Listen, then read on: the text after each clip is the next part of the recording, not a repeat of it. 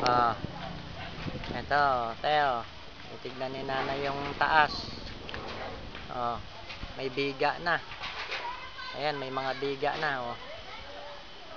Ayan yung CR sa taas to, ha. Oh, ayun yung dalawang pinto. Dalawang pinto, ayan, oh. Tatanggalin na yung mga tukod na yan para malinis. Ayan, oh. Pili-layout na yung bubong. Oh. Ayun yung dalawang pinto sa kwarto kay Nanay tsaka kay Itrin. Ito yun sa inyo. Oh. Ayan, sa inyo. Papasok tayo dahil pinapalitada na nila. Ayan, may palitada na, oh, makinis.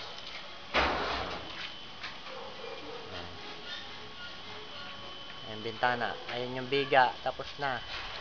Ayan yung palitadang, oh. Ayan, makinis na yan. Pintura na lang. Ayan, kabilang pisngi na lang. Isang pisngi na lang. Oh, may palitada na. Oh, makinis na. Oh, makinis na yung kwarto nyo.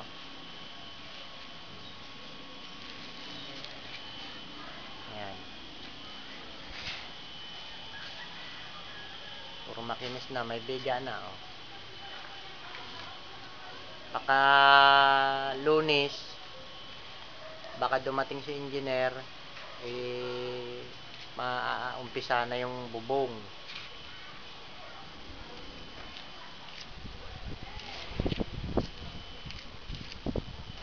Ito kami ni Nanay, dito kami sa taas, oh, nagbibideo kami.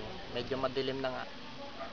Madilim na nga lang kasi katatapos lang namin magtrabaho. Pag natanggal yung mga tukod na yan, wala na kayong makikitang tukod, malinis na lahat. Palitada na kami habang ginagawa yung bubong, nagpapalitada na kami.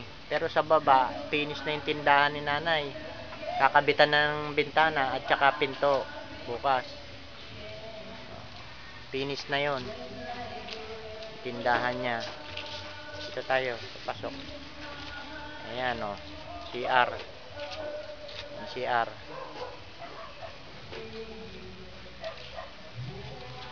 Siguro bago matapos yung bubong mo, makinis na tong itaas.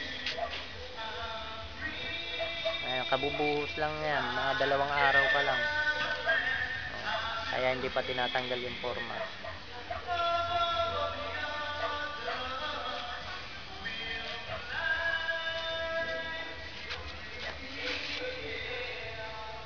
Ayun yung bahay na maganda, yung katapat mo. Ayan, oh.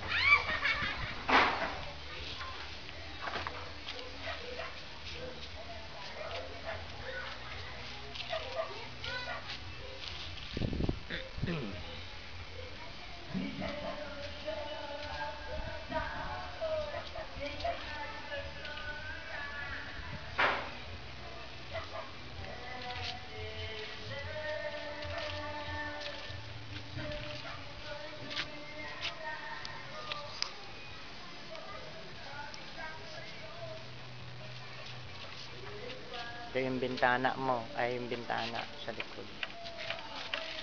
Bintana sa likod. Biga na yan lahat. Tapos na yung biga, oh.